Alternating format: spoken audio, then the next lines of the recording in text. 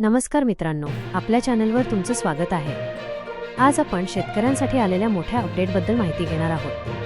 ही माहिती प्रत्येक शेतकऱ्यापर्यंत पोहोचली पाहिजे, त्यामुळे व्हिडिओ लाईक आणि शेअर करायला विसरू नका।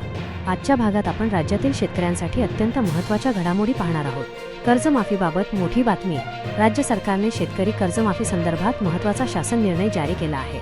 मुख्यमंत्री देवेंद्र फडणवीस यांच्या अध्यक्षतेखाली 7 सदस्यीय विशेष समिती स्थापन करण्यात आली आहे। तसेच कर्जमाफीच्या आढाव्यासाठी मंत्रिमंडळ उपसमिती देखील गठीत करण्यात आली आहे। मान्सूनचा मोठा अपडेट। हवामान विभागाने 22 ते जून 27 दरम्यान कोकण आणि मध्य महाराष्ट्रात मुसळधार पावसाचा इशारा दिला आहे। पुणे, बारामती, सोलापूर परिसरात मान्सून सक्रिय होण्याची शक्यता व्यक्त करण्यात आली आहे। पेरण्या रखडल्या। पावसाच्या विलंबामुळे राज्यातील अनेक भागांत पेरण्या रखडल्या आहेत। शेतकरी शेतीची मशागत करून सज्ज असले तरी पावसाच्या प्रतीक्षेत आहेत। पीक कर्ज आणि प्रोत्साहन अनुदान। राज्य सरकारने शेतकऱ्यांना जून अखेरपर्यंत पीक कर्जाची परतफेड करण्याचे आवाहन केले आहे। मुदतीत कर्जफेड करणारे शेतकरीच प्रोत्साहन अनुदानासाठी पात्र ठरणार आहेत। पीएम किसान आणि ई-केवायसी।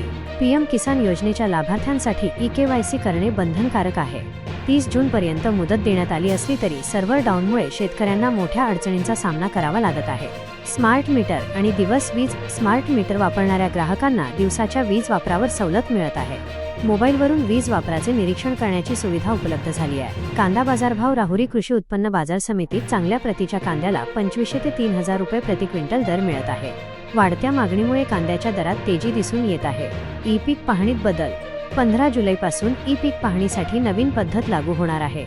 आता शासकीय सहाय्यक आणि बचत गटातील महिलांच्या मदतीने पीक नोंदणी केली जाणार आहे।